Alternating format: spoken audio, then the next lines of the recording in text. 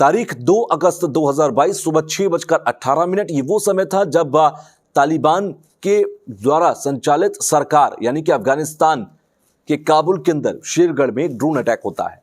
इस drone attack को America करता है, अमेरिका की स्पेशल आर्म्ड फोर्स करती है और आखिर किसको मारने के लिए करती है?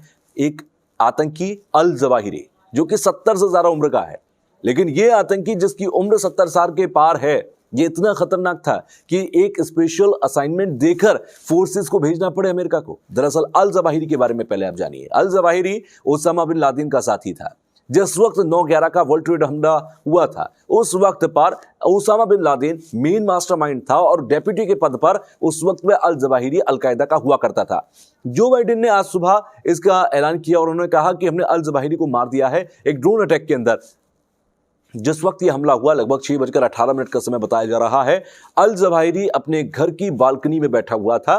पहले ड्रोन अटैक से पहले ड्रोन्स ने इस बात की तस्दीक की कि अल जवाहिरी बैठा हुआ है और उसके बाद इस तरीके से हमला किया गया कि अल जवाहिरी के ऊपर हमला हुआ और घर के दूसरे हिस्से को कोई नुकसान नहीं हुआ। हालांकि ये कहा जा रहा है कि इस पूरे हमले में अल जवाहिरी के साथ साथ तालिबान के कुछ 12 से 13 आतंकी भी मारे गए हैं। इसके अलावा अल जवाहिरी का परिवार भी उस वक्त घर के अंदर मौजूद था, लेकिन उसको कोई नुकसान नहीं हुआ है। हालांकि सीआईए अभी ये कह रही है कि वो जेनेटिक टेस्ट करेंगे और उसके बाद इस बात की पुष्टि करेंगे, लेकिन जो बाइडेन इस बात को कह चुके हैं कि अल जवाहिरी को मार गिराया गया। अब दूसरी बड़ी बात, अल जवाहिरी अगर मार दिया गया यानी कि अल कायदा का चीफ मार गिराया गया है, तो अगला चीफ कौन होगा?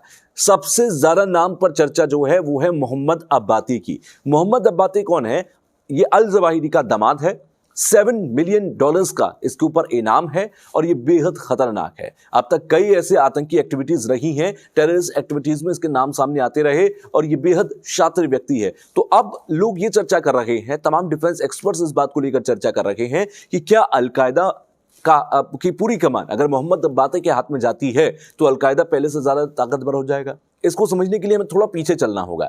जब ओसामा बिन लादेन को मार गिराया गया पाकिस्तान के एबटाबाद के अंदर, जिस वक्त बराक ओबामा की सरकार हुआ करती थी और उनके निर्देश पर पूरी कार्रवाई हुई, उसके बाद सबने ये सोचा कि अलकायदा अब कमजोर हो जाएगा। लेकिन अलकायदा की कमान जो थी वो अल जवाहिरी ने संभाली। अल जवाहिरी के नेतृत्व में कई छोटे छोटे संगठन थे जो कि अलकायदा के साथ आकर मिल गए और अलकायदा के साथ मिलने के बाद अलकायदा कमजोर नहीं हुआ, लेकिन हाँ पहले से थोड़ा बहुत कम जरूर दिखाई दिया, लेकिन छोटे छोटे क्योंकि ताकतें मिल गई थी इसलिए उसका जो नेटवर्क था वो और ज्यादा बड़ा हो गया था। अब यही माना जा रहा है कि आगे भी यही स्ट्रेटेजी को लेकर मोहम्मद अब्बाती चल सकता है। फिलहाल यह अभी भविष्य की गर्त में होगा, क्या होगा ये देखना होगा, लेकिन फिलहाल अल जवाहिरी आज सुबह मार दिया गया।